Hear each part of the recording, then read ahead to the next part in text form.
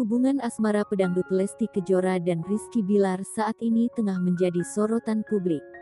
Dari awal pertemuan bagaimana mereka bisa bertemu, lalu dekat dan akhirnya menjadi sepasang kekasih selalu menarik untuk diperbincangkan. Terbaru, Lesti Kejora memiliki keinginan salat diimami oleh sang kekasih, Rizky Bilar.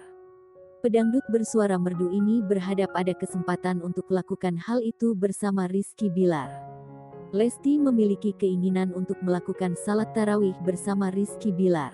Namun hal itu agak susah diwujudkan lantaran keduanya sama-sama sibuk. Lesti dan Rizky Bilar memang saat ini tengah sibuk bekerja mengisi beberapa program acara di televisi. Dari lubuk hatinya terdalam, Lesti berharap kesempatan itu terwujud.